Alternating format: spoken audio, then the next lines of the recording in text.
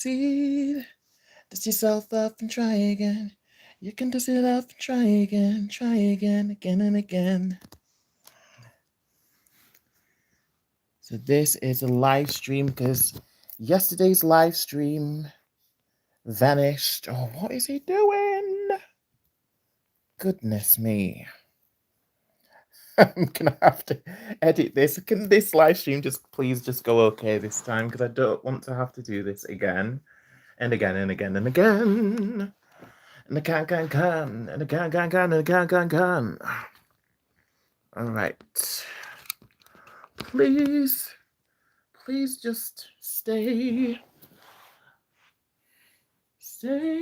with me. Stay with me. Stay with me. Can't remember the rest of those lyrics. Yeah, I just randomly start singing random songs. But yeah, this video is about autism, by the way. So yesterday, I filmed this super long video. It was like an hour and 20 minutes. And it was for Autistic Pride Day, which was yesterday. And I did my big reveal. I poured my heart out. I had some major technical issues, bigger technical issues than I even expected. I thought it was just Mercury in retrograde playing with me. But it seemed like it must have been something even worse, because that video is literally, you can't even watch it back. Something happened to the playback of that video. So we're back to square one. So this is why I'm filming this video again. So thank you for the people who watched yesterday. But hopefully you'll find this video runs more smoothly. But let me double check that I am actually live. Okay. So I can see I'm live. Yay, I'm live. Right, so while I'm here, so let's do the... All right, let's turn the sound off. Good. So I can hear myself. Perfect. So we are live. So got someone saying, hi, do you remember me?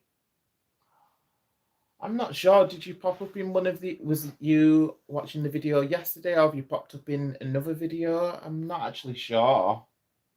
But thank you for tuning in. So, autism.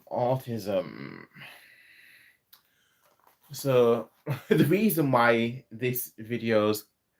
I'm releasing this video, making this video, is because literally a number of weeks ago, it must be about maybe 3 or 4 weeks ago, I was diagnosed with autism, and I thought this would be a good time to share it with everyone and like finally burst some of the misconceptions and get a bit of myth busting done on it, because autism is such a relatively...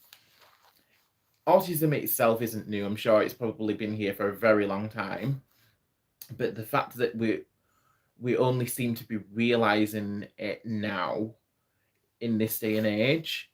So maybe if a couple of generations ago is when we first documented it, but it's probably been here for a very long time, because it, as you will see, it is a condition that a lot of people have, and there's lots of different traits, hence why it's a spectrum. It's not just one glove fits all. If you're an autistic person, that you may have any combination of these vast, wide-ranging autistic traits. So that is the interesting thing. Okay, so I am someone who used to always come in, but I haven't come for a few months because I've been busy. I'm the person who always used to have conversations with you all the time. All right. Was that in the videos where I've done the tarot readings? But thank you for coming in again. So this video is all about autism. So I'm going to be talking about masking. That's one of the autistic traits. I'll talk a little bit about stimming. I'll talk about inference. That is a biggie. Social and communication skills. The myth of high functioning, low functioning. And I'll tell you a bit about my personal journey on discovering autism and being assessed and then diagnosed with it. And we'll even mention a few little details about like the early signs of autism in my childhood that I've noticed. Okay. But one of the important things to know about autism is that if you're an autistic person, it doesn't just come out of the blue. It's not something that you can catch. It's not something that is to do with radiation or the types of food you're eating or anything silly like that. It's literally in your genetics. So people are born with it. But the interesting thing is, it's not always diagnosed early on in life. That there are people like myself who end up being diagnosed in the mid-30s. I've even seen on social media there's a few people who are being diagnosed in the 50s and 60s. So this is this sort of thing that does often get overlooked. And as the specialists will tell you, like, it's only in recent years where they've been confident on being able to diagnose people with it, because with it being such a wide spectrum and with it being something that they don't know a lot about compared to like some of the older conditions and traits for other things. Autism is kind of new in that respect. Okay. So one of the first myths that I'm going to bust right now, I'm going to blow that mother up right now, is everyone is a little autistic. Some people love to say that. So especially when you first explain to someone, you're like, oh, okay. If you've reacted in a strange way and the other person is wondering why you've acted in that way, then you would subsequently tell them, I'm an autistic person, so that is why I've acted differently from the neurotypical person. And then the response that some people would then give is, oh, everyone's a little autistic, and it kind of does take you aback, because you really just sat there thinking to yourself, is this person really this ignorant? That are you really going to say that to an autistic person? It's just crazy, because there are many forms of neurodivergence, and there are some people who love saying this, whether it's autism or any other form of neurodivergence. Oh, everyone's a little neurodivergent. Everyone. Maybe it's possible that everyone may have some very minuscule traits of neurodivergence. Neurodivergence isn't even a proper term. It's not something that a psychiatrist or a doctor will diagnose you with neurodivergence. It's something that it's an umbrella term that we've taken and ran with. We've ran with it. Okay. But yeah, so that is the first myth that I want to bust. Everyone's a little autistic. No, everyone isn't a little autistic. Like, yes, there are a lot of people with autism out in the world. Yeah, there's a lot of people with this. Okay.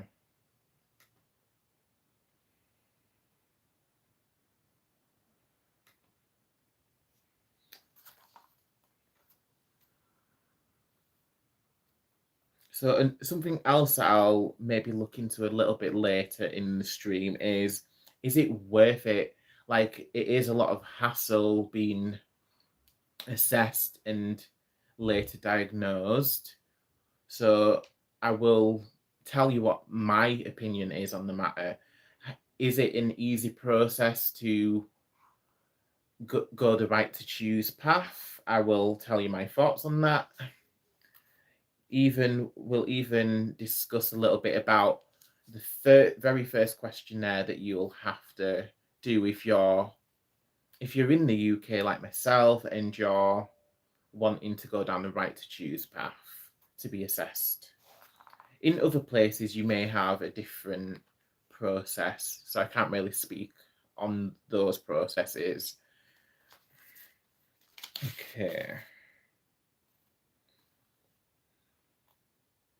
So let me have a quick look now at my. Do you remember Genlin the game at 1, 2, 3, 4? I think I do. The cards where you used to pull cards out of packs, yeah, and yeah, yeah. So you're one of the people who was watching a lot of the readings, yeah. Yeah, to be fair, there's been a few weeks. There's been maybe 3 weeks since I've last done a proper stream, other than last night. I generally, when it comes to like the readings, I generally do them around either the major sabbats or around the full moon, something like that, just because there's high energy. Right, autism. Okay, so let's have a look. So I've gone all in just because this is a subject that is close to my heart. So I've even gone and made a little presentation which I can show to you on my little handy device here. So this is the first picture I'm going to show you. So this is just about masking. So for autistic people, masking is a real thing. It's a problem because you feel like as an autistic person, you have to you can't fully show yourself and reveal yourself to the world because you just feel other people just won't understand you, they won't get you, or you'll be attacked, you'll be criticized. So this is why we mask. And it is really sad that a lot of the time we feel like we can't be our authentic self. So personally, I've always noticed that with when I'm around different people, I will portray myself in a different way. So I will put on a different mask. So I may be if I'm hanging around with a different friend. So even with one friend, I'll maybe put on a different. I'll maybe show a side of me that's more spiritual. If I'm with a another friend, I may be talking about music. Or I may be very artistic and creative. So show different sides of myself depending on who I'm with, rather than just showing the whole of myself and just being who I am, like deep down. You feel like you have to maybe just choose like a generic sort of avatar or mask. Yeah. So yeah, that is about masking. So in the picture it says unmasking my autism, and it's a picture of Wednesday, And then masking my autism, then you have, is it Enid, I think she was called in that TV program. But yeah, so it's showing that the fit we put on a happy face, like in the Destiny's Child lyrics, putting on a happy face. So you're portraying like a happy person. You're portraying a person who's comfortable, even though you're like you feel like a fish out of water, especially if in different situations. So if you're like in a social situation, it's very easy if you're an autistic person to feel like you're completely alone, even if you're in a room full of people. So that is something to be very aware of, especially if you're a neurotypical person who knows an autistic person, because with the masking, you would never really know. Okay, so inside an autistic mind is the next picture. So I've got, have they understood what I meant, or have they taken offense? So yeah, this is another thing that drives me crazy, literally, because one of the main aspects of autism which affects myself is the social and communication aspects. So as you may have noticed, and interestingly enough, literally even on the report which came from the psychiatrist, they said that I speak in a monotone voice, that when I was doing my video call, that was talking in a very monotone way. And that really surprised me, because I hadn't noticed that I spoke in a monotone way, and I thought that with with myself being quite artistic and being a singer and having such a huge vocal, well, wow, I'm really, I'm really, really, that was a really showing a big ego then.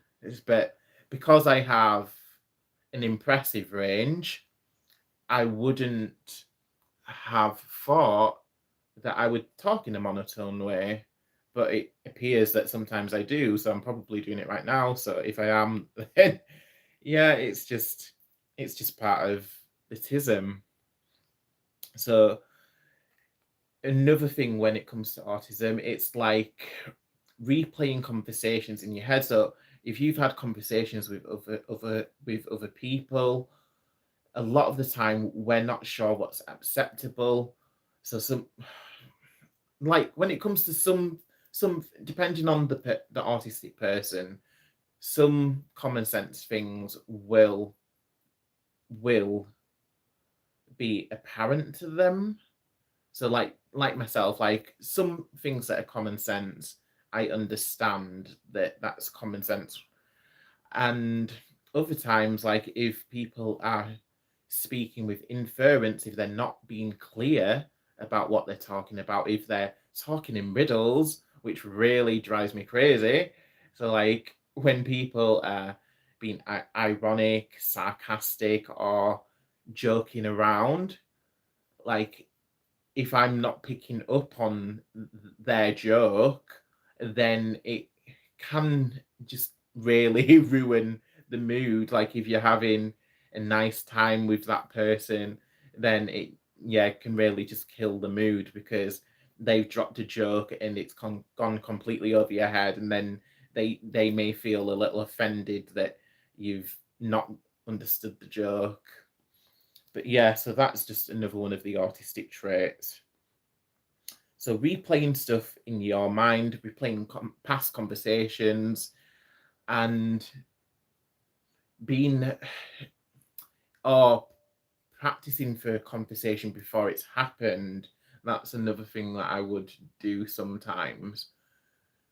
So if you know that there's an important conversation that you're going to have with someone, whether it's a manager, whether it's a boss or a partner or a friend or family member, whoever it is, if you know there's an important conversation that you've got to have, then you want to make sure that you get your words out right, because as you probably will see if you watch a lot of my videos, sometimes the words don't come out right. Sometimes I I'm at a loss for words, or they'll be like, I'll have I'll have the words up here, but when it comes to transmitting them out and speaking them, even though I know what I'm talking about, or even though a majority of the time I know where I'm going with something, it's like I'll be in the middle of saying something and then all of a sudden it's just gone and it's just not there. And that is the reality of being an autistic person. It's just communication, that there is a barrier there, and it's just part of who you are. So yeah, that was a picture. So these are some of the other things which may show that a person is autistic. So this isn't working for me, but if I tell them, they'll think I'm being difficult. I don't have the social battery for this, so that is a true story. It's literally me on a daily basis. Like if I'm at work, or if I'm outside in the open, in public, like my social battery does run out very quickly. And especially especially I think in my job, because I work a lot with kids who are neurodivergent, or they have any number of needs, because I'm a teaching assistant in a high school. So I work with hyperactive, um so kids with ADHD, kids with autism, kids with social and emotional needs, and any number of other kids with visual impairments. Even there's even a kid in the school who I support with epilepsy and various other things going on. Oops, I just kicked this. But yeah, so when you're having to deal with all of this stuff on a daily basis, especially when you have this condition as an autistic person, so like a neurotypical person would find this role or this job difficult, but as an autistic person, it's only even more difficult. Sure, there may be some things that I'm better at. Like, I feel the fact that I'm autistic means that I'm very patient with people. I'm very chill. I'm very calm. I really listen to people, and I'm not just wishing into like tell them this, that, and the other. I really, I really let them get things off the chest, let them talk, and just let them feel my presence. I feel like that one of my favorite things about myself is probably my calming presence that I have, and the fact that I'm a good listener. So let's go on to the next picture. Autism be like. Autism be like.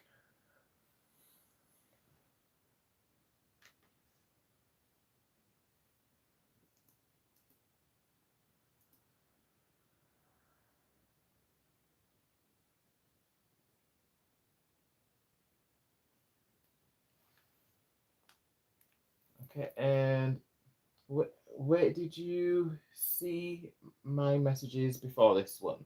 So yeah, I did see the message from before about I'm the person who used to have the conversations with you all the time, and you watch my videos where I'm doing the card readings. So autism be like. So poor motor skills, emotional, creativity, executive dysfunction. Oh God, that's one of my favorites. Literally, executive dysfunction is kind of kicking my ass at the moment.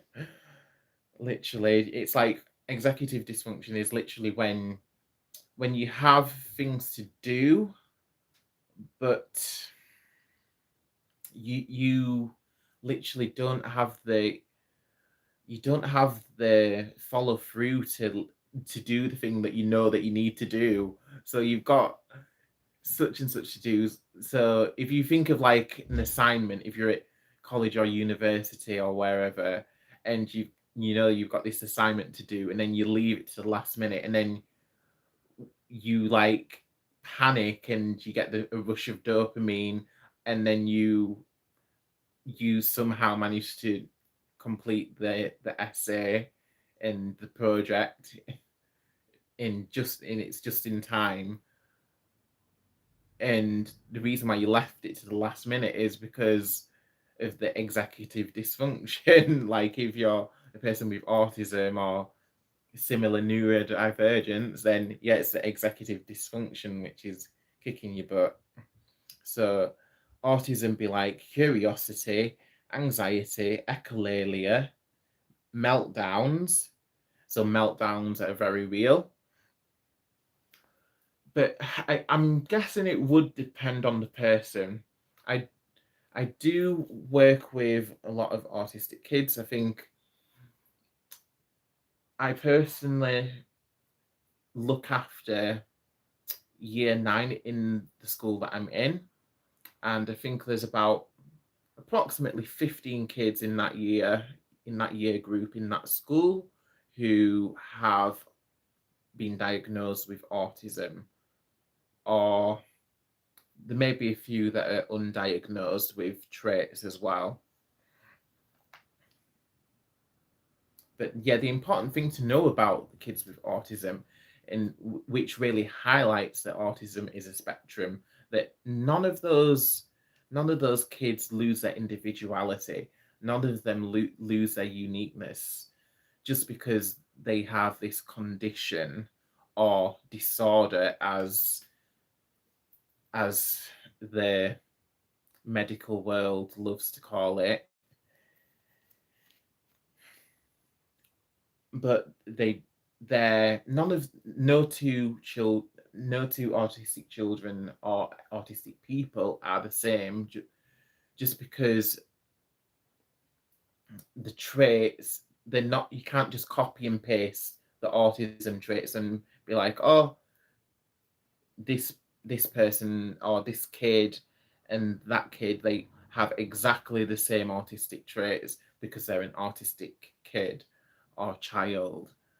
But it doesn't work like that. Autistic people, you can't just copy and paste the traits and just expect them to all have the same traits. And this is what, like, the TV kind of gets wrong when they make movies about autistic people, like The Good Doctor. They kind of want to tick all of the boxes, but like, what? So autistic people have this trait, that trait, that trait, that trait, that trait, that trait, and we're just because we don't have an autistic person who's going to act in the show, we'll get an actor and we'll write it in that they have all of these different traits, and they're going to show these traits, and it just doesn't come off as genuine, and you can tell that it's not really an autistic person, and it is a little offensive if you're an autistic person who's watching that and you're thinking, what the hell is this? Why are they portraying us in this way? But the good thing to note is that sometimes they do get it right in TV programs. That there is one TV program that I've watched with an autistic person who plays an autistic person, and she absolutely does an amazing job. So it's a thing on Netflix called Heartbreak High. I watched that, especially it was before I was diagnosed as well, so I learned a lot about autism, even though that her autism, which she shows in that show, isn't isn't directly like my form of autism because it's a wide spectrum, but it was interesting to learn about the genuine traits of an autistic person and to see it portrayed in a TV show. So shyness, sensitivity. Oh God, yeah. Well, if you're an autistic person, that's one thing that you'll probably hear a lot. Oh, you're too sensitive. Oh, gee, well, thanks. And there's special interests. That's something that I'm going to talk about. So it's my special interests. I've got quite a few.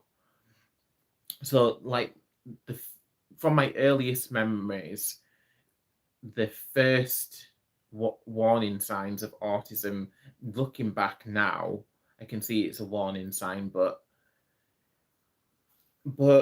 nobody else really picked up on it that much. So, like, when I was about 7 years old, I found this book about Egyptian mythology, The Secret Name of Ra.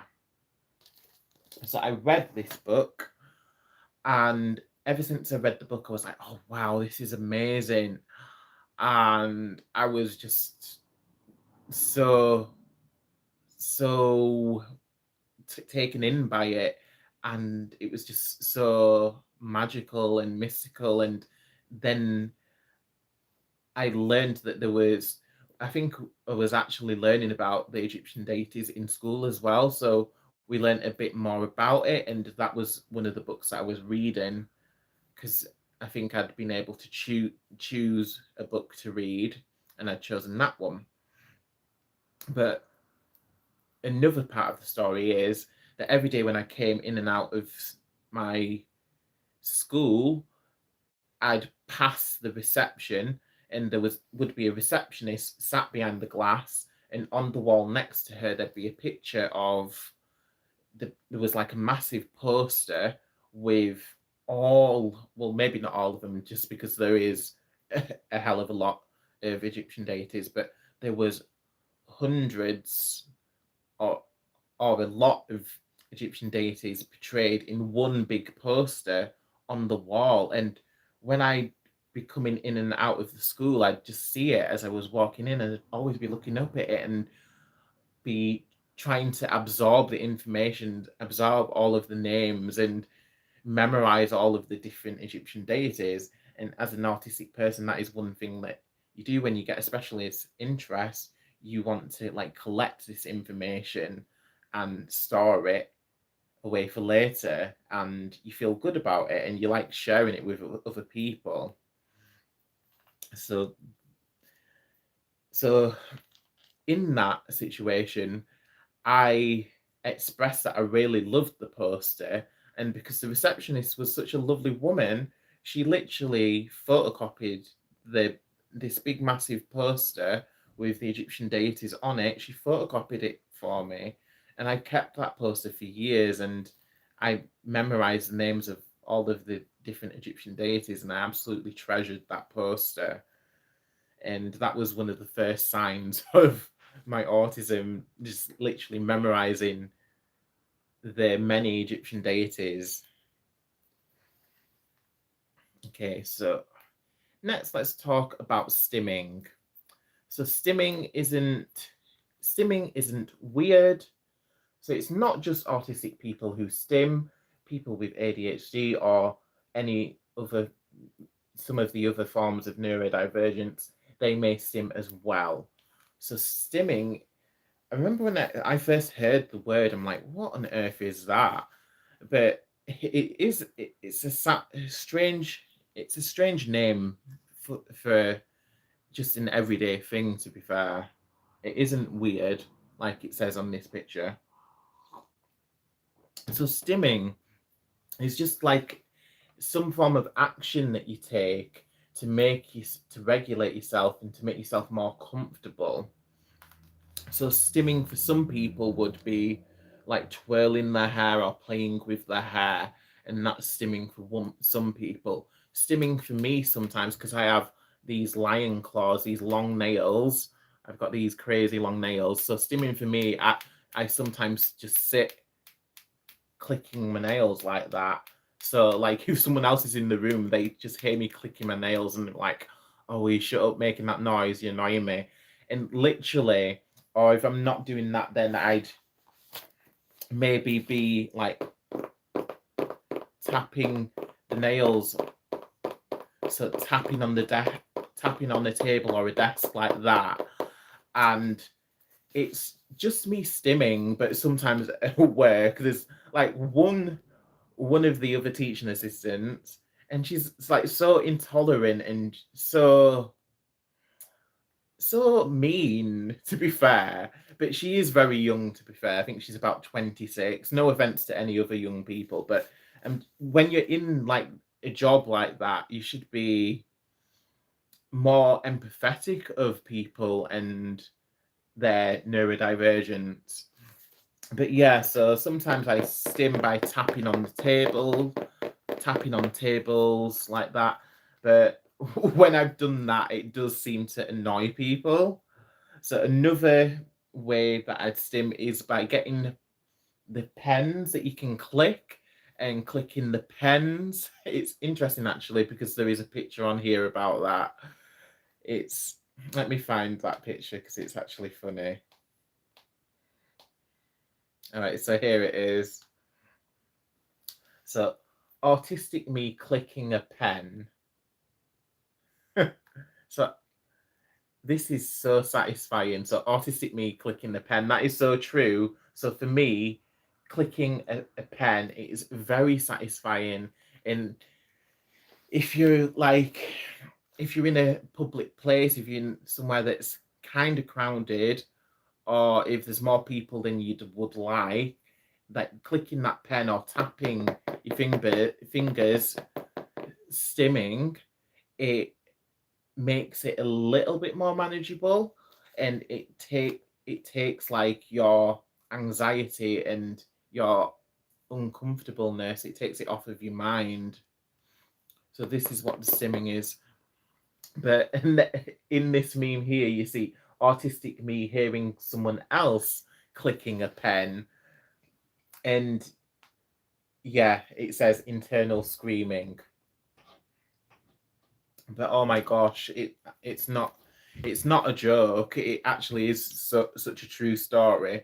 Literally, I love clicking the pen, but the moment I hear someone else doing it, I'm like, oh my god, that's so annoying. Can you stop it? I want to kill you.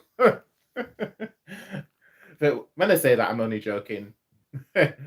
but it's so true. Like when you hear someone else making some of these sounds, like it's like a sensory thing. That's another thing that's important for autistic people.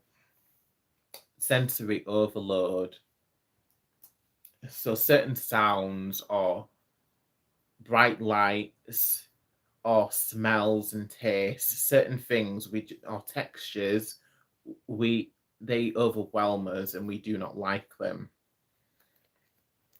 And like certain sounds such as, like, for me, that's another one of the earlier signs of autism that I hadn't noticed. I've always freaking hated like the sound of when people are rubbing on balloons. Like, I know that is quite a common thing, like many people don't like that sound, but for some people it's a don't like. But for me, it literally, it really grates, and it's like it says in that picture, like if I hear that sound, I'm like literally screaming inside, because it really gets under my skin and it really gets into my head, and it really is just awful, an awful experience when you hear someone rubbing a balloon. And it's a bit like scratching on a chalkboard or whiteboard or blackboard, whatever you call it. But yeah, back to stimming. So let's see some of the other forms of stimming. So this is a picture with some of the other forms of stimming.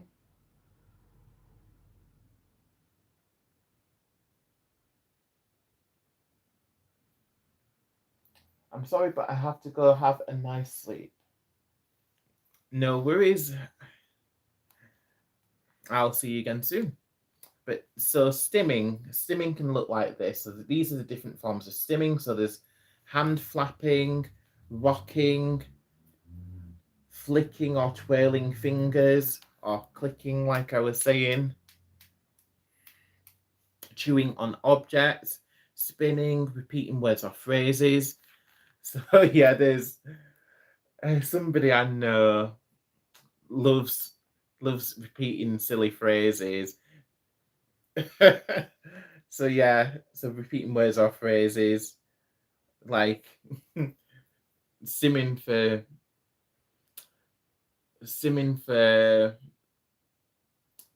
a guy who I know. One of the phrases that he likes to repeat sometimes, which is a stim for him, is like, "Ooh, I'm sure," and it's just so silly, but it's just like a funny thing. But he is like joking, but at the same time he repeats it very often because it's a stimming thing.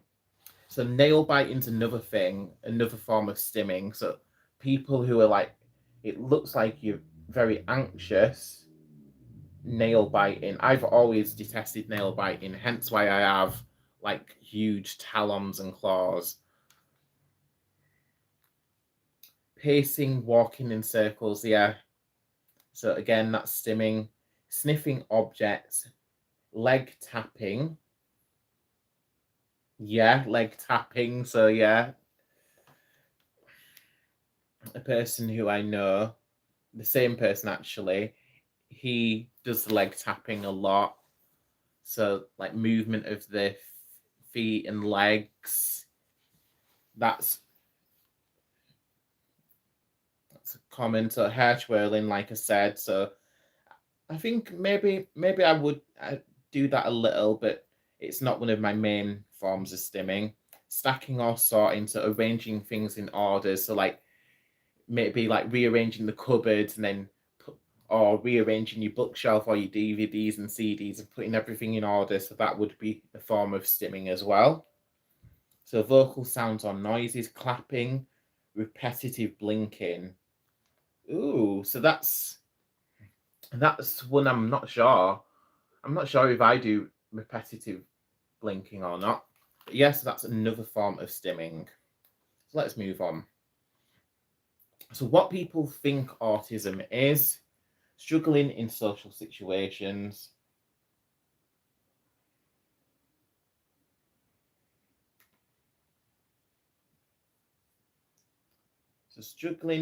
so let me show you this picture. Okay, so this is what people think autism is. So they just think it's like very, very basic things. It's like a bit like the myths with ADHD. Like people think like ADHD is just like something that happens with kids and kids who are hyperactive, and they think, oh, that's all that ADHD entails. Just like these are the same sort of people who think that autism only entails like struggling in social situations and being a bit geeky or childish. But there's a lot more to autism, and that's not really correct. So let me zoom in so you can have a look at that pie chart there. Okay. So what people think autism is and what autism actually is. Okay.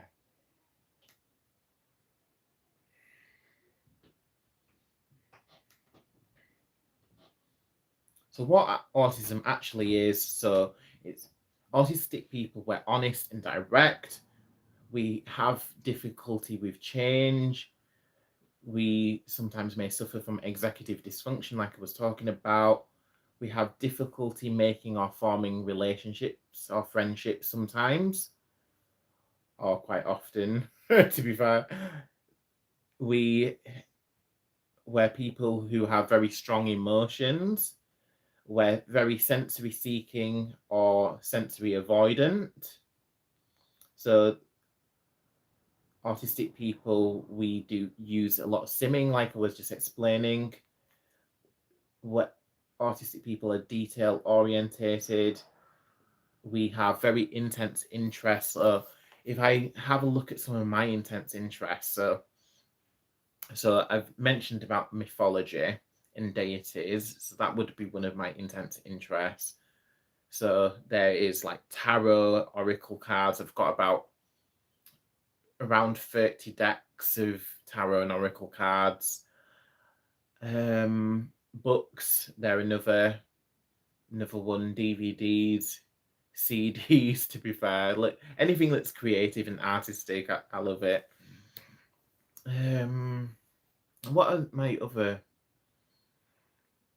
strong interests? Oh, of course, there's like certain artists like Michael Jackson, Christina Aguilera, Whitney Houston, Aaliyah. Like when it comes to these emitting, oh my god, I can't talk properly. See, all right, these amazing artists like Christina Aguilera, Michael Jackson, Whitney Houston, Aaliyah. These are the artists that I listen to literally every day, and they're one of my intense or special interests. So every autistic person, well, maybe not every, because a lot of autistic people have like intense or special interests. So hiding traits to appear normal. So that's another sign of autism.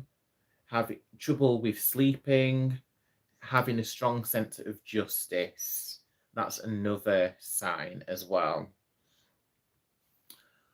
There's also something called RSD, so rejection sensitivity dysphoria. So it's very common in ADHD, but it is also common in autism as well. So basically it's like the name suggests. So you if you suffer with RSD, then you're very sensitive to criticism. So like when people are criticizing you, or if people are rejecting you in any way, or even if they're not actually rejecting you, if you just get the whiff or the sense that somebody's rejecting you or criticizing you, then it triggers this RSD, and then yeah, you probably would become a little bit dysregulated or a lot dysregulated, and that is another sign of autism. So signs of overstimulation in autism. So irritability. So let me show you that picture. So these are the signs of, what did I say? Overstimulation. Ooh, yeah, overstimulation. That's a daily issue for me. So needing to escape, that is such, I'd say that's literally one of the truest signs of overstimulation. So yeah, literally, if you could have seen me last weekend, I was with family. We went for food, and then we went to a bar afterwards, and it was like a club slash bar, and there was like really loud music. It was heaving with lots of people, and the moment we went in there, it was it was a bit like a culture shock. Because I've not been in like a club in must be at least over a year. I've not been in any form of club, and even before then, clubs are not, they've never been my thing, and I've not been to them very regularly. I think maybe in my earlier years I'd been a handful of times, but yeah, I'd never been a party animal, and I've always found like when the music's blasting, it's just very uncomfortable and off-putting. But when we went into this bar last weekend, I literally I literally wanted to like run back out the door, but because I'm with my family, I didn't want to alarm them, so I just found a corner where the music was the least blaring, so where the music was slightly lower, and I just literally stayed in that corner until I came a bit more acclimatized to the loud music. Like when a few songs came on that I liked, then I did kind of come out of my shell a bit and was dancing, but that took quite some time. That was probably at least an hour in. So yeah, I was quite overwhelmed for some time, and this is a sign of overstimulation. So yeah, that was one of the first thoughts in my head. Like, wow, I need to get the hell out of here. The music's too loud. There's too many people. I do not feel safe. So intensified senses. So that's again another sign of overstimulation, covering ears and eyes. So yeah, you may see people doing that or that. So covering ears and eyes, repetitive vocalization, so feeling overloaded, having an emotional reaction.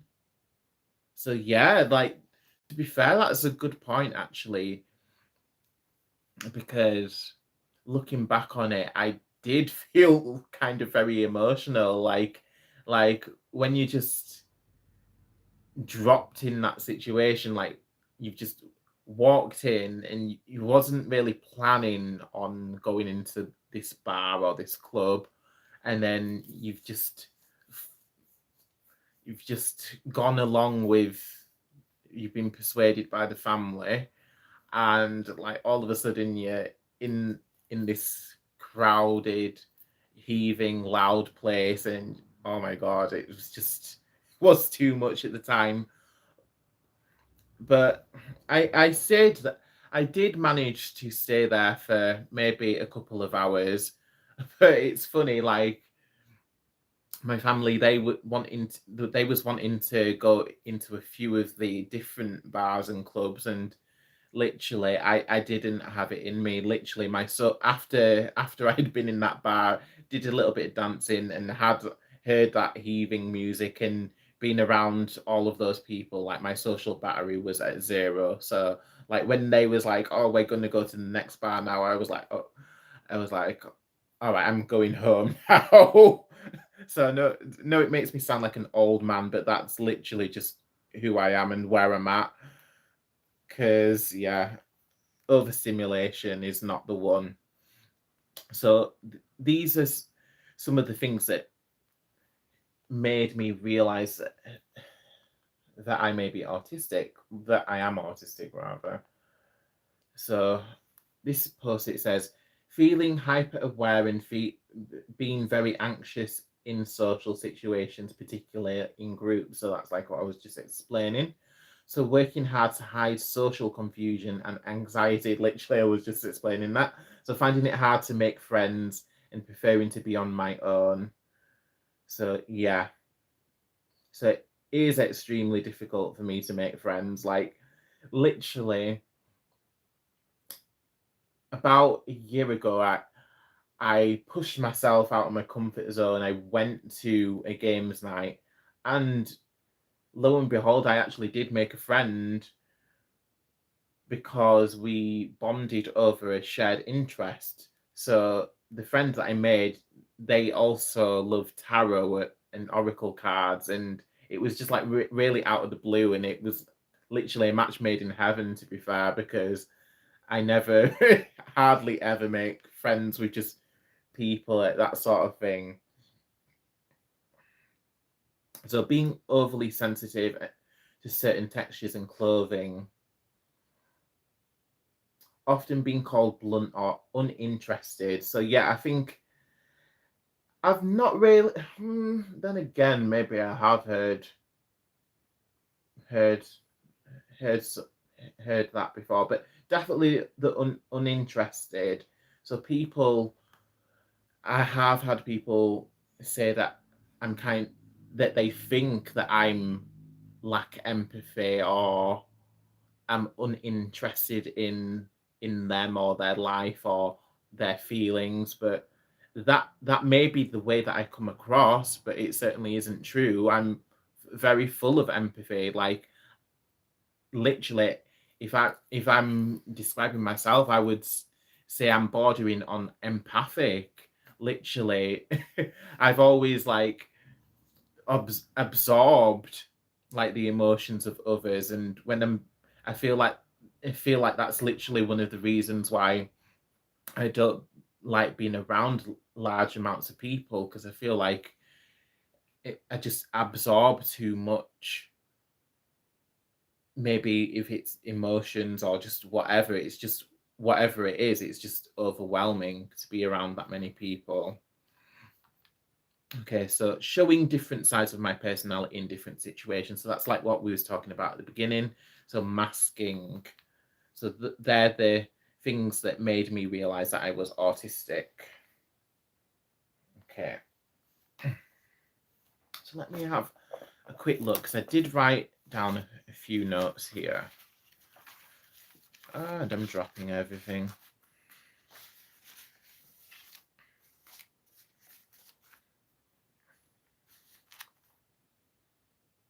Okay, so what?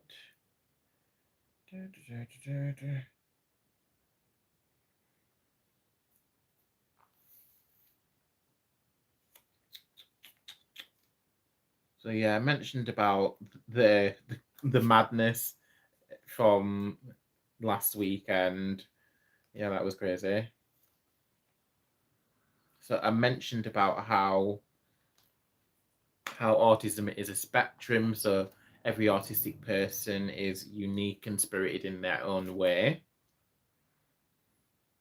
and having different variations of the many autistic traits.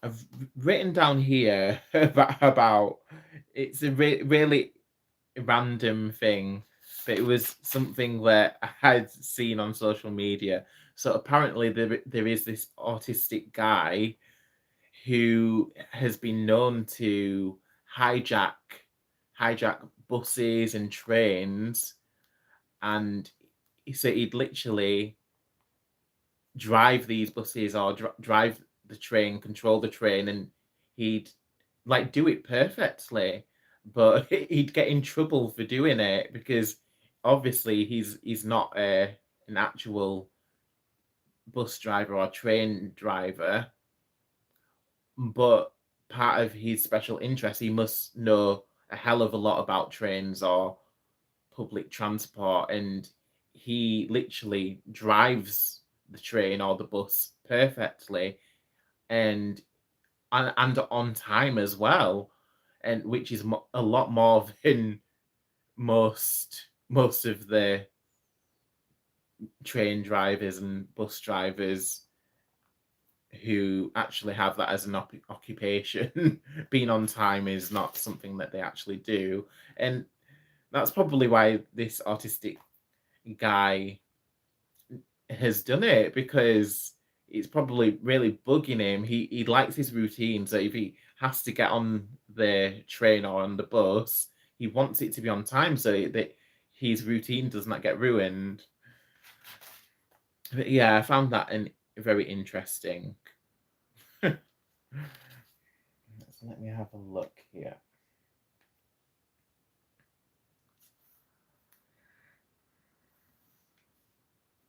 So another myth that I want to talk about is I want to talk about the myth of high functioning and low functioning. So when people talk about conditions like autism and ADHD, they like to brand them as high functioning or low functioning. And me personally, I don't like it, and I know there's quite a lot of other people with autism who don't like this, because branding someone as high functioning, or let's just start with high functioning. Branding someone as high functioning, it downplays the impact that autism has on that person's life. If if that person has been diagnosed with autism, then they have met the criteria. They've met the criteria to be diagnosed, and it's not easy to be meet that criteria. So they they are an autistic person, and they do have autism, which impacts their life. So it shouldn't be just labeled as high functioning, because it just doesn't paint the correct picture. Okay. And if you look at the shoe on the other foot, if you're labeling somebody as low functioning, that is that to me, if I was being labeled as low functioning, I would take that as an insult. I would I would I would feel, yeah, embarrassed by that, the fact that people are saying that about me. But the fact of the matter is, whether you're what they label as low functioning or high functioning, whether whichever end of the spectrum you're on, we all we all have we all are autistic people, and it's a part of our identity, and we all have struggles, and it's not easy. That's the bottom line. It's not easy for us.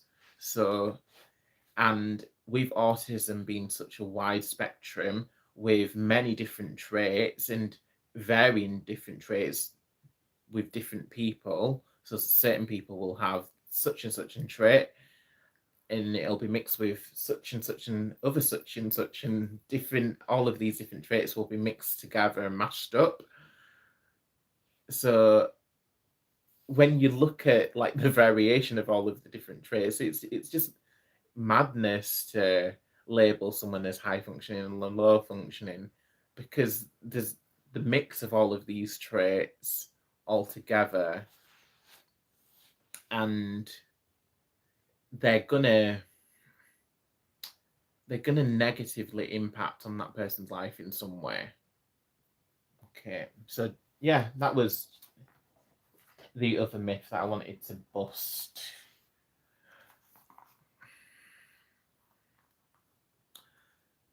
So we've talked about masking, we've talked about simming, we've talked about inference. So that's irony, joking around. So we've talked about a few of the myths. Is there another myth? So, you don't look autistic to me. So, literally, some people, if you tell them that you're autistic, I've not actually had someone say this to me yet, but if someone does say that to me, I probably will get quite cross. You don't look autistic to me. So, that is something that people are actually saying to autistic people, and I just think it's very rude. And again, it's they're people who are saying that they're going with stereotypes. They're expecting autistic people to look a certain way, and that's ridiculous, because there's a wide variety of people in the world, and a wide variety of different looks for people who have autism. They're not all just going to look in one certain way, because there were a wide range of people from different walks and backgrounds of life. So it's just so silly saying that to somebody. You don't look autistic to me, or you don't look like you have autism. And there was a funny meme that I'd actually seen on social media when somebody says this to, like, oh, they don't look like they have autism, and then there's in the meme, there's like a mum saying to her child, "Oh, son, perform autism for the lady," because that's literally what people who say that sort of need. That it's like they want you to put on this performance of what they expect autism to look like before they will accept that it is autism. But people need to just realize that they're not experts on the subject, so they shouldn't be commenting such things like that, saying, "Oh, you don't look autistic to me." Okay. So another thing that I want to talk about that I've noticed, communicating your needs as an autistic person, it is difficult. So if you communicating them to friends, family, loved ones, then yeah, communicating your needs can be very difficult, especially if you're not even diagnosed as an autistic person. If you know that certain things will trigger you and make you feel uncomfortable, and you're worried about telling your friends or family or your partner, whoever it is, yeah, it is a difficult situation, but you do need to do this for yourself. You do need to put things in place to protect yourself, because you can't keep on suffering, because there's just no quality of life in suffering in that way. And this is why it's so important to communicate our needs, even though it is difficult. Okay. And another thing that I wanted to talk about was the imposter syndrome. So like as autistic people, like in when you first realizing that you fit some of the traits for autism, you're like you just you just don't you just don't want to take up that space, like as being an autistic person. It's like quite selfless, to be fair. You think, but am I really an autistic person? Have I do Surely there's someone who's more needier out there who deserves that space, and that's the sort of the imposter syndrome, because you've realized that you have these traits, and that and yeah, you just kind of want to like discredit it, or just shrug it off and think that there's needier people in the world. There's someone who's more artistic than me, something like that. But that again, that goes back to what I was just saying about the whole spectrum thing. There's no low functioning or high functioning or more autistic and less autistic, because it's a spectrum, a full circle, or a lemniscate, because it's not just a simple thing, it's a wide spectrum. But yeah, that is a very real thing that happens with us sometimes.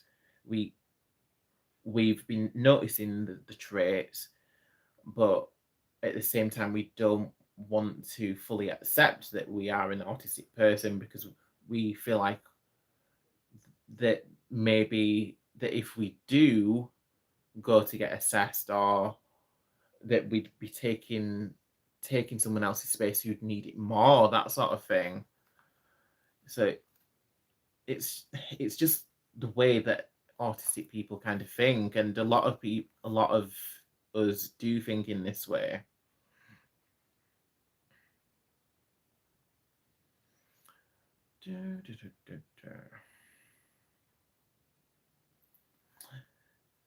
And Yeah, another myth that I wanted to talk about as well is that there's certain rumors going around about how autism comes to be and how all of a sudden a lot of people are coming out as autistic, and that certain people believe that it's due to foods, certain foods that people are eating, or radiation, or this, that, and the other.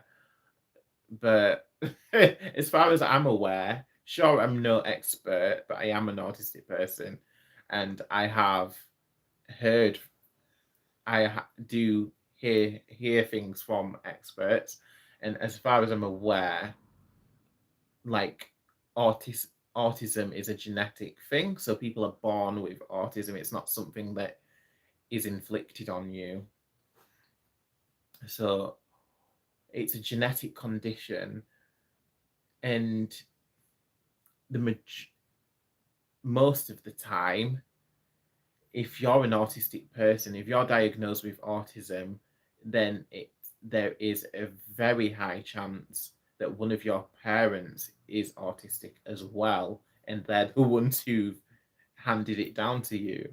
So that is a lesser known fact. And the same kind of goes with a lot of the other neurodivergence, such as ADHD as well. Like ADHD and autism, they both run in my family. So there's multiple, I've got many cousins who all have autism and ADHD, and my little nephew, bless him, he has autism as well.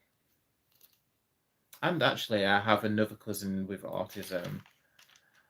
And I was wondering today, because my mother, she definitely displays signs for ADHD, but I hadn't thought about it, because I hadn't thought about did the autism come from her? So because I definitely think she has ADHD. So I'm wondering to myself now, is it just ADHD that she has, or does she have ADHD? So does she have both ADHD and autism? And I'm thinking it's probably a real possibility there that she does. But again, I'm no expert, so in due process, she will need to be diagnosed by the professionals. But I do suspect that she definitely has ADHD, in my opinion, and I think it's a possibility she may have autism as well, and that would make sense. If I'm diagnosed with autism, it has to come from one of the parents, more or less. So I guess maybe one day we'll find out about that. Right, so let's see, what else did I write down? Right, so I also wanted to talk a little. Lastly, I wanted to talk a little bit about the process for signing up for the right to choose path. So the right to choose path. So if you're in the UK and you want to go down the right to choose path, then you would have to submit a questionnaire. And one of the things about the questionnaire is that it's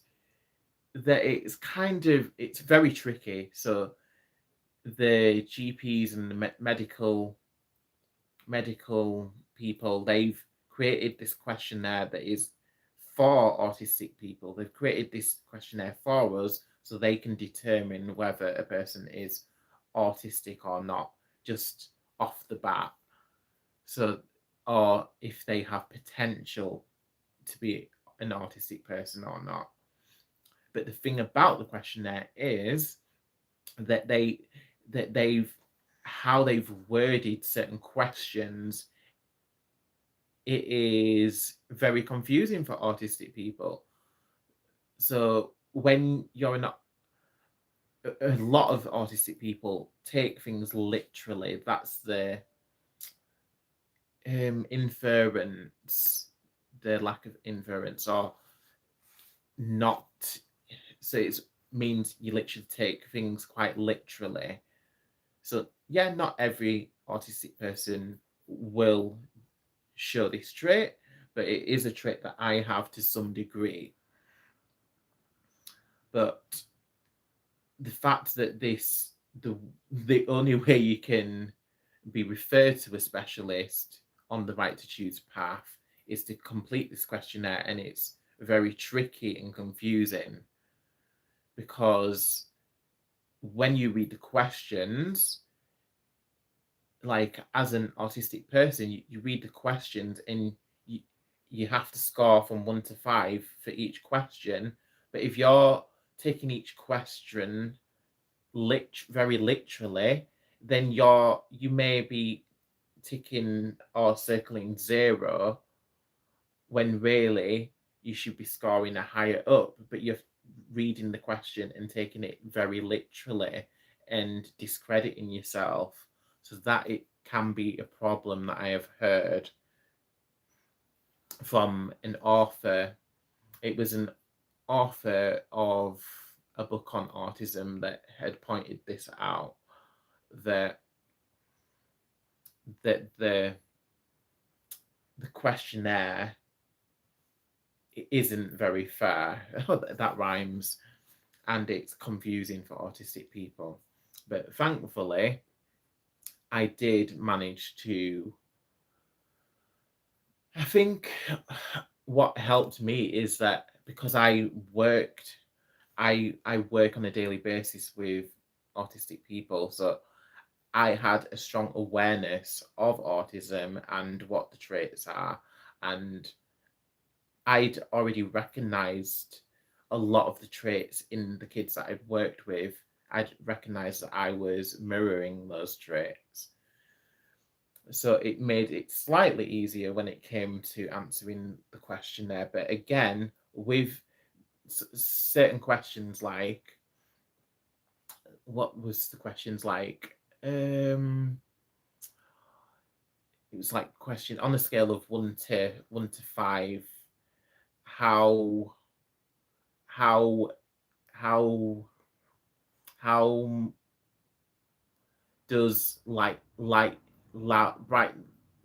lights or loud noises affect you on a scale of 1 to 5? So if you're looking at that question very literally, I'm myself, an autistic person, am sat in a room with bright lights for the purpose of this video, but the majority of the times I do not sit in a room with bright lights, because I've always just preferred the darkness. Even before I knew about the autism, I prefer to be in a shady lit or darkly lit room, or have candles lit, so a lightly lit room. But definitely I have an aversion to bright lights. But as you've seen, I can be in a room with bright lights to some degree. I guess if the lights were brighter than this, then yeah, it would be very much more uncomfortable. But if you're an autistic person and you're filling in that questionnaire, you would take it to mean, can you sit in a room with bright lights? And you'd think, oh, well, I'm sitting in a room with bright lights now, so I better not tick that box because I can do it. And here you see where the problem is. It's because they've designed this questionnaire with questions which come across as very literal to an autistic person. And this is why a lot of people are not, a lot of autistic people who are showing high traits, but they're failing to then get referred to specialists because of this questionnaire, which is catching them out because of their problem with inference and literal thinking. they're discounting themselves when it comes to the questionnaire. And that is one of the things that I wanted to point out. And it is very unfair.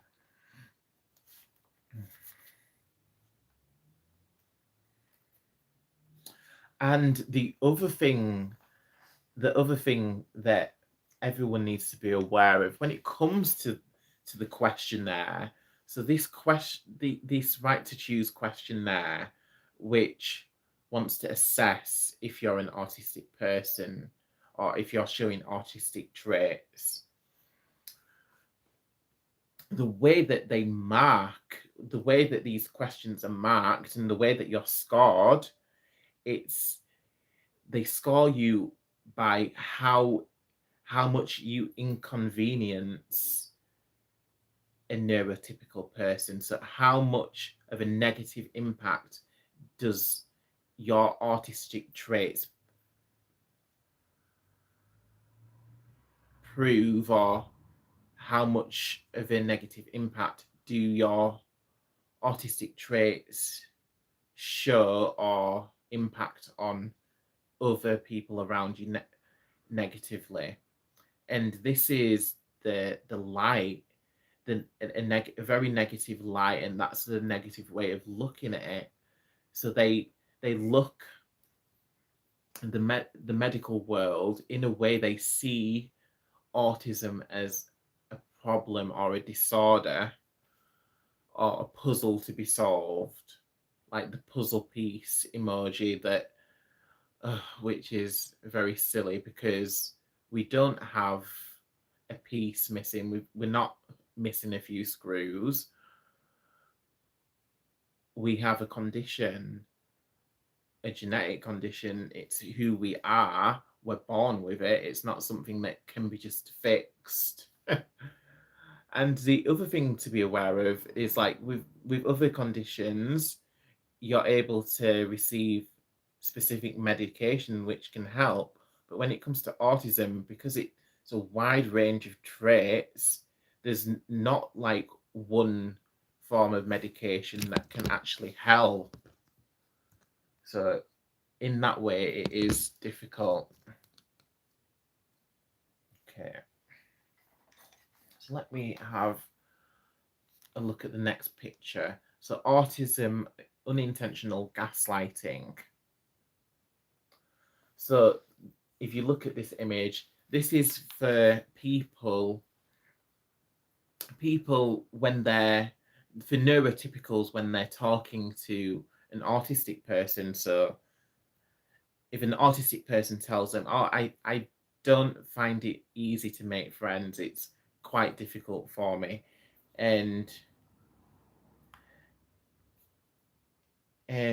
if that person gaslights you by saying it's easy to make friends, but that's just gaslighting the autistic person, because clearly it isn't easy to make friends for them. So it's not easy for me. All right. Or another thing that they might say is, you can speak fine. Wow. So you can speak fine.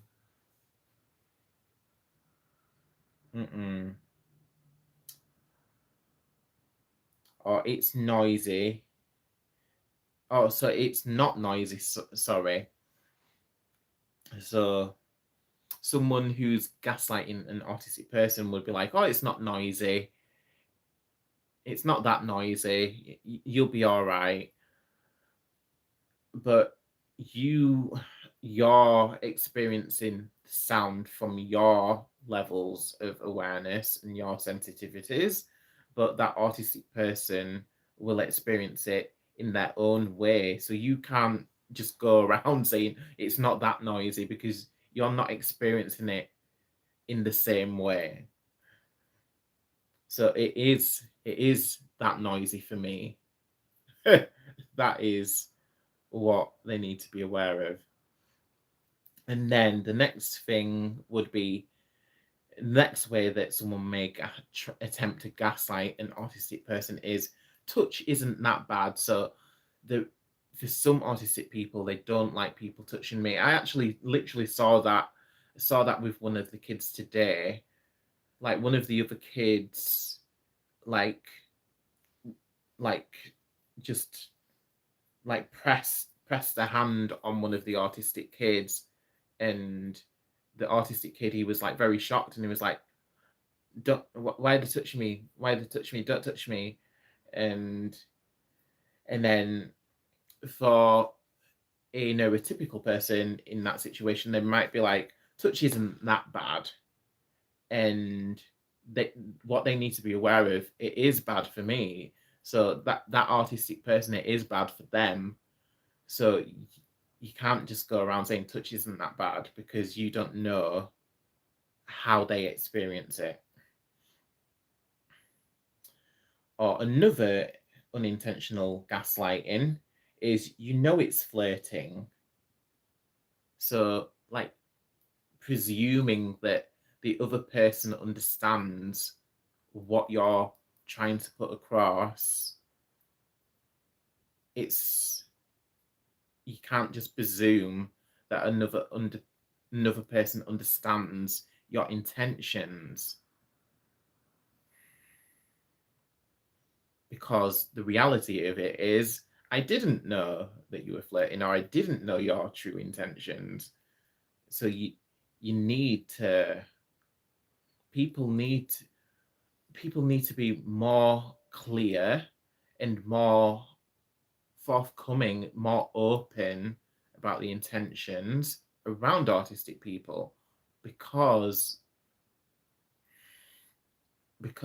yeah, we just don't pick up on some of these things, and we need you to spell it out for us.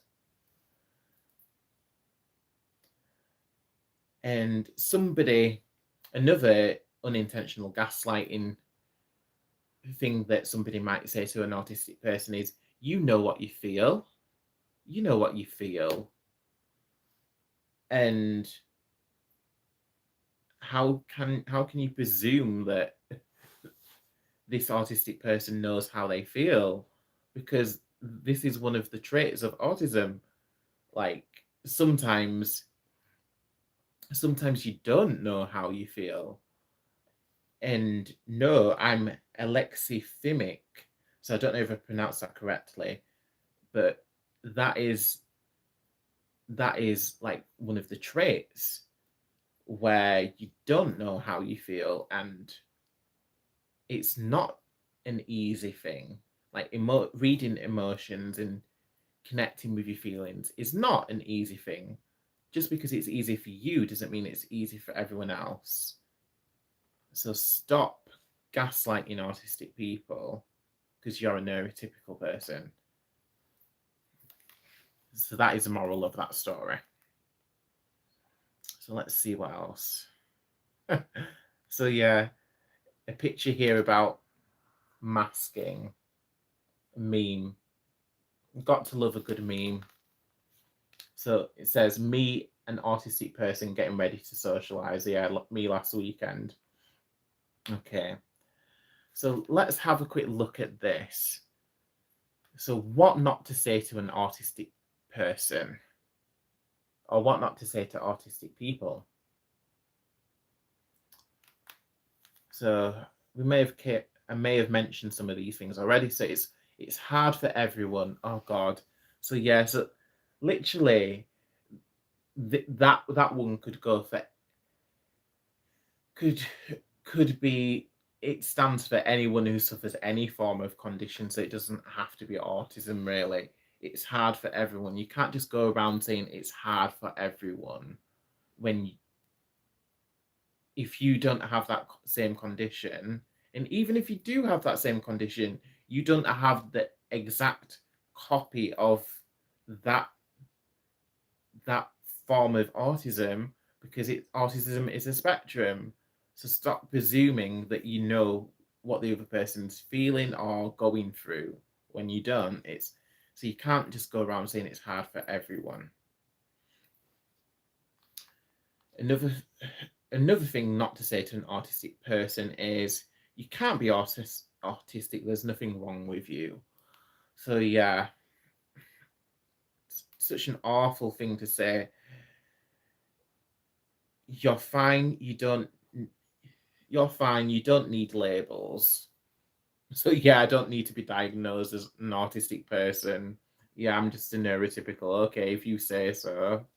Are you a psychiatrist? What the hell?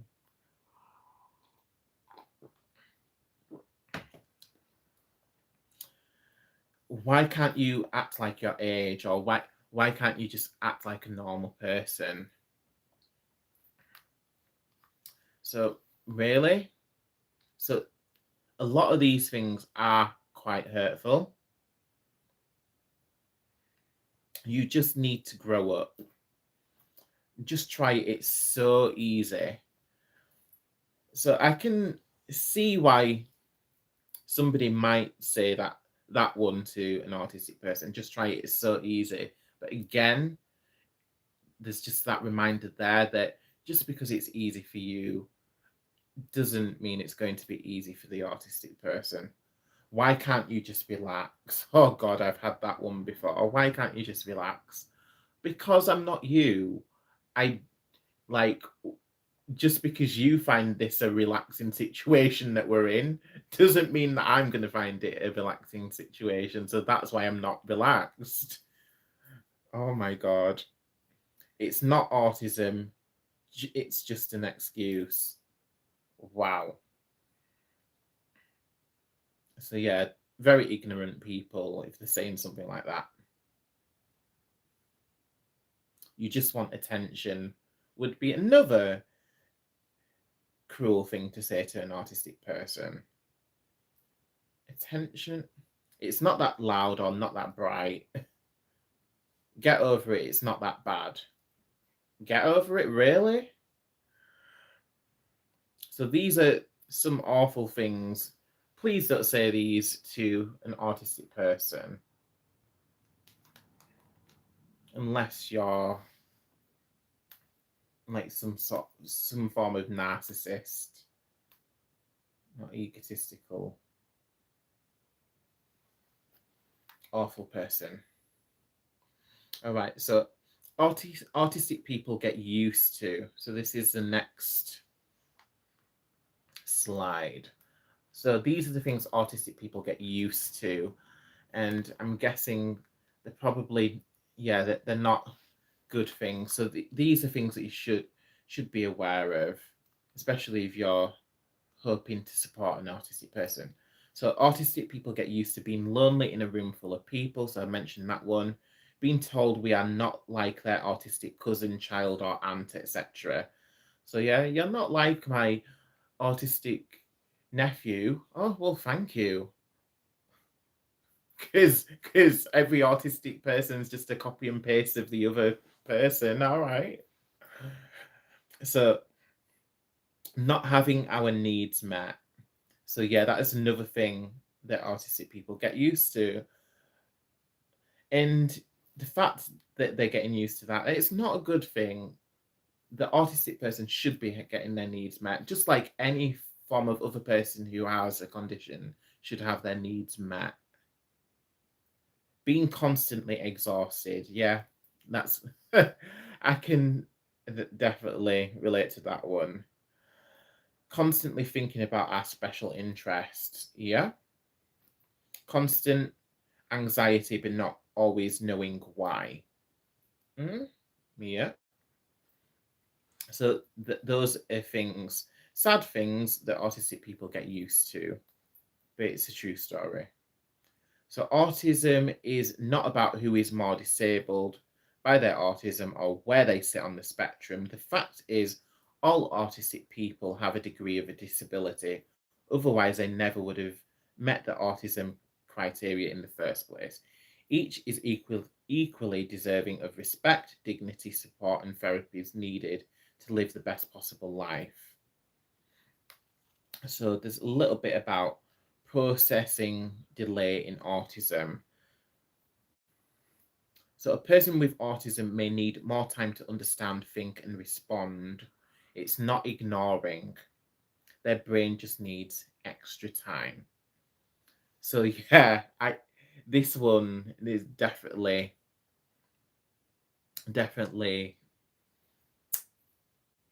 I'm trying to think of the right it hits home. This one definitely hits home with me because I'm definitely a big person when it comes to needing extra time for processing things. And sometimes there's like really awkward silences and gaps in conversations with people just because like I'm processing what they've said to me and I'm trying to find the best response, but it's taking me forever to find the best way to reply to them.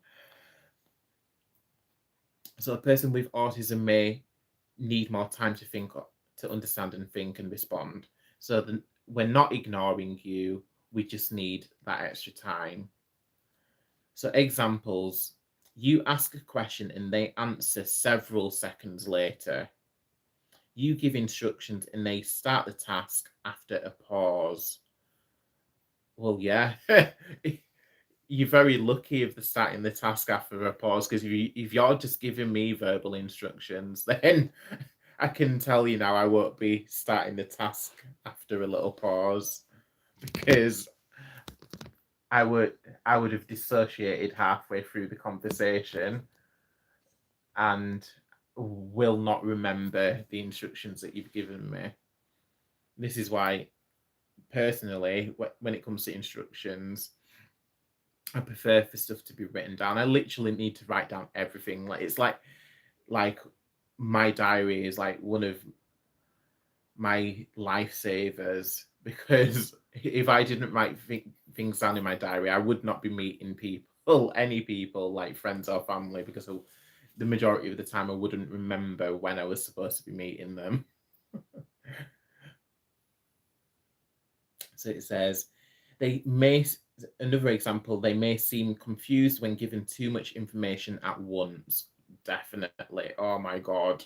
Why are you just spewing out instruction after instruction after instruction? Why the hell did you not just write it down or send me a message so that I can read it and process it in my own time?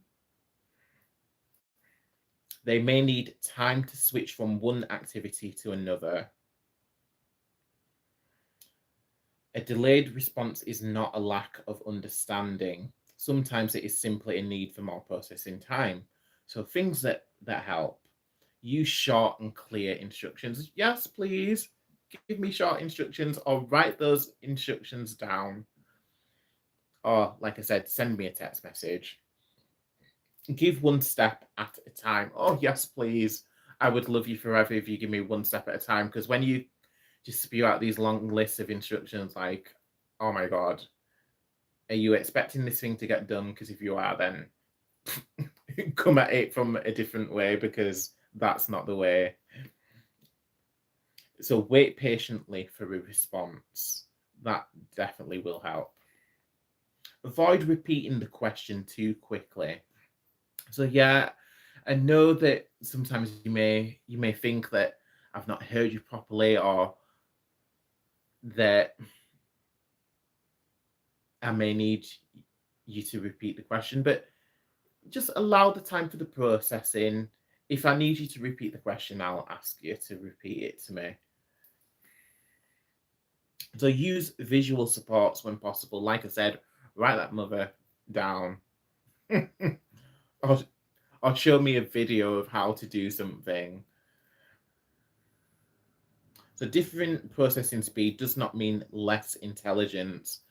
Hallelujah to that, because I like to think I'm quite an intelligent person, but yeah, when it comes to the processing speed, or like when I'm learning something, I, I do, I'm a very slow learner. But when I do learn the thing, I'm so shit hot at doing it. So the moral of the story is patience. Like when it, like in my dancing days, when I had to learn choreography, that was literally the worst, because like when, especially if it was complex choreography, oh my God, because yeah, when it came to learning choreography, I needed to repeat it over and over and over and over and over and over and over. It was like movement memory. I needed the movement to be in my memory. It needed to be imprinted in my body to then remember the choreography. And it used to really pee me off that other people in the class, they'd like pick it up like in a snap. They'd literally see the choreography. They'd maybe do it one or two times, do it a couple of times, and then they had the choreography in their body. They was doing it, and they was perfect. But it would take me ages. I'd need to repeat it over and over and over, and it would slowly get better and better and better. But I needed to repeat it way more times than everyone else. but at the end of it, like when it came to the performance time, I'd like to think that you couldn't tell that it took me longer to do it. And I'd like to think that I stood out in a good way. But yeah, that's just one of those things. So it's just like learning in a different way. Okay. So lastly, I'm gonna talk about if I suggest like what I think about putting yourself forward for assessment. Is it worth it? Sorry, it took me a while to get to that. So is it worth it? So let me reflect on my situation. So I would say, yeah, like from my point of view, even though not a lot has changed, really, but before the diagnosis, I'd known that something wasn't quite right, and I'd known that something had to give, that I knew that extra support had to come in some way, but I just wasn't sure in what form it needed to come. And after the diagnosis, like I'm supposed to be receiving very soon reasonable adjustments from that go in line with my diagnosis for autism, so that I can give these reasonable adjustments to the employer so they can then make my working life more comfortable. So I'll let you know how that goes in part 2, because I'm yet to receive these reasonable adjustments. I need to chase it up with either I'll give Psychiatry UK a call, and failing that, I'll give the GP a call, because I do need them as soon as possible. Like, they told me that I'd received the reasonable adjustments to give to my employer within 6 weeks, and I think it's definitely been over 6 weeks now.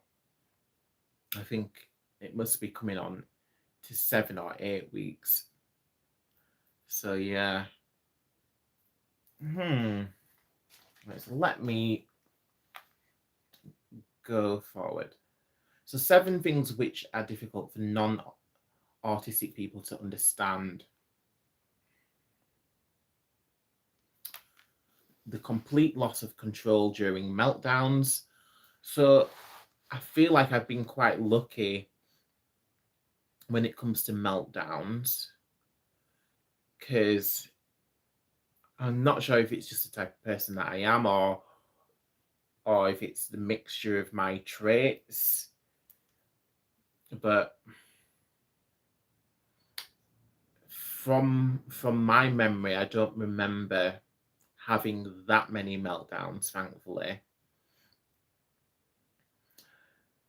But the couple that I can remember, they were insane. Oh freaking hell! I've just thought of another one now. Literally, it's just brought back a memory. Oh my god, that is an awful memory. But Yeah, when I lost my beloved familiar, my cat, oh my God, I did have a major meltdown, and it was not pretty. So yeah, so there have been meltdowns. The loneliness in a room full of people. So I've talked about that before. Being literal in communication, but still being entirely misinterpreted. The hours/days of exhaustion from simply existing. So yeah, a lot of neurodivergent people suffer from this. So it's other people who, not just autistic people, who suffer from like burnout and exhaustion. So autistic joy.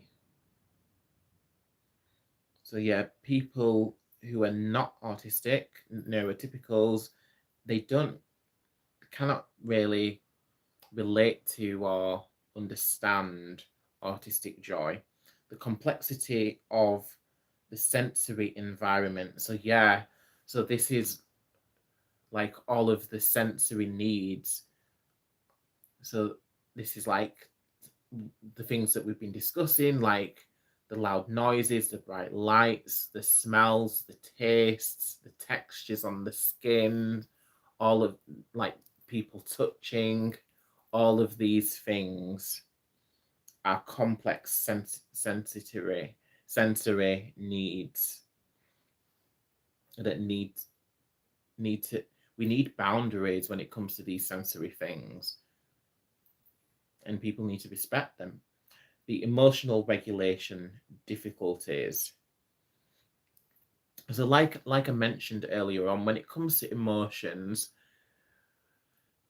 depending on the autistic person's traits,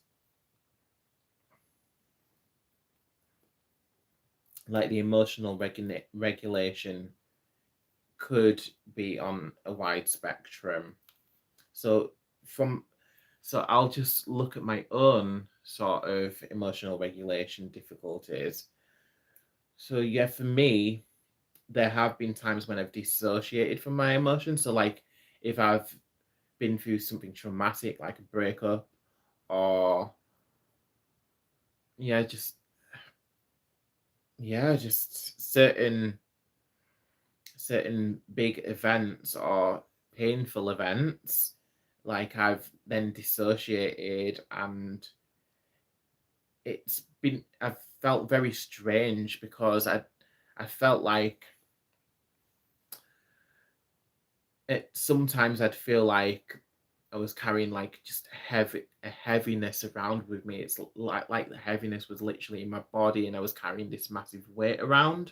So it felt like that sometimes, and other times I just feel like absolutely empty and numb. So yeah, it's difficult. Like when you are like at the mercy of the whole spectrum of emotions.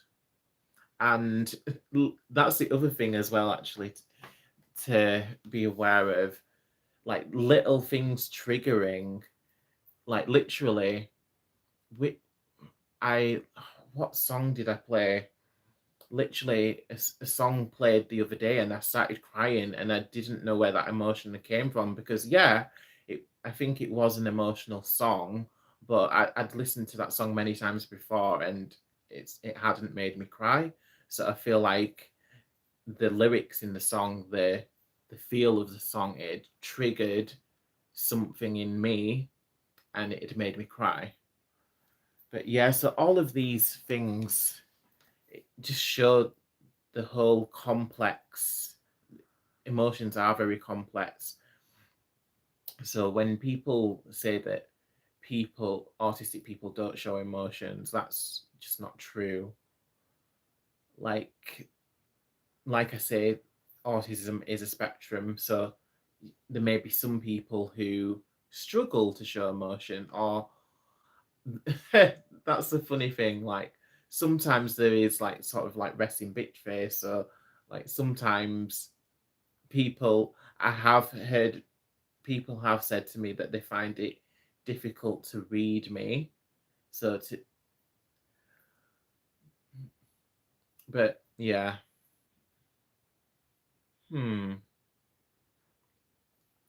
But yeah, that's just autism for you. So let me have a quick look at the next one. Oh yeah, this is, I think this is the last one of the last ones I wanted to show you. Will that spin around? No, not properly. Right, so autism traits that you didn't know were autism traits. So autism is a pattern of differences, not just one or two things. So the love of collecting or holding deep interests. So like my personal love of collecting things. So collecting information, that can be a form of this sort of collecting. So like I mentioned in my very early years, I started collecting the information about all of the different Egyptian deities and memorizing all of that. But there's autistic people. I know, bless, there's one kid in the well, there's a couple of kids in the school actually that I work in who memorize all of the details about Warhammer. So like this is like all of the damage that each of the figurines makes, so the damage, the hardness, and all of that stuff. So I don't know tons about Warhammer myself, even though I am running the club at the school, but I was kind of roped into that. So deep interest and collecting things. So personally, my form of collecting things is collecting crystals, collecting tarot cards, collecting books, these, and even artwork. I love collecting the papyrus. You can probably see it on the walls behind me. So love of collecting things, that is a trait. Struggling with sudden changes in plans, yeah, that's a real story. Experiencing time as now or not now. Avoiding loud or crowded places. So yeah, we've talked. Moving or holding arms in a unique way.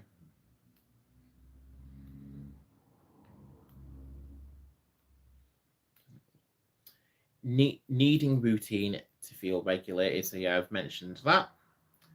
So a lesser known one that it's mentioned is feeling pain more or less intensely. And it's interesting because when I'd been to a dentist, the dentist had said to me that I had a very high pain threshold. And I guess that's yet another trait that I'd overlooked, because like, who even knows that having a high pain threshold is one of the autistic traits? Because hell, I didn't know that. So needing downtime after socializing, yeah, because like when your social battery goes to zero. Getting deeply focused on interest, yeah, definitely. Remembering routes and directions easily. So I'd say that one's one of the traits that skipped me. Expressing emotions differently. So yeah, that's a very important one, because it's not that autistic people lack empathy or emotion. It's just a lot of the time we present our emotions in a different way to neurotypical people, and this is what can confuse non-autistic people when they witness this from an autistic person, because we're coming from an authentic place, and we're displaying our emotions in the only way that we know how. So another trait would be carrying comfort items for regulation, like fidget spinners or blankets. Yeah, so that was yet another one of the other traits that I didn't realize or overlooked. I've literally always, as far back as I remember, I've always loved like having lots of blankets and covers and letting them surround me like a cocoon. So that is like a very sensory thing. So the last picture that I want to show you, did you know autism often shows up with eczema, asthma, allergies, childhood ear infections, hypermobility, and more? So also, as well as those, autism, it often can show up with ADHD and the other forms of neurodivergence, such as dyscalculia, dyslexia, dyspraxia, OCD, Tourette's. So all of these forms of neurodivergence, they can show up together, these conditions. So that's something to be aware of. But this does not mean that any of those symptoms cause autism. They don't cause autism, but they can occur together. Not everyone who experiences these traits, not everyone who experiences these conditions is autistic, of course. Okay. So I'm going to leave that there. I hope you found that interesting, and I hope this video processes a lot better than the last one did. So please do check out some of the other videos, and I'll have a quick look at the comments. Yeah, so yeah, I'm happy with this video. So I'm sending you all lots of love. If you have any questions, please do let me know in the comments. And this has been about some of the information that I've picked up about autism so far. So this is part 1, an introduction. So in the weeks to come, or maybe a month down the line, I'll come with a part 2, and I'll let you know how it goes with getting my reasonable adjustments for work. So take care, brightest blessings, and namaste.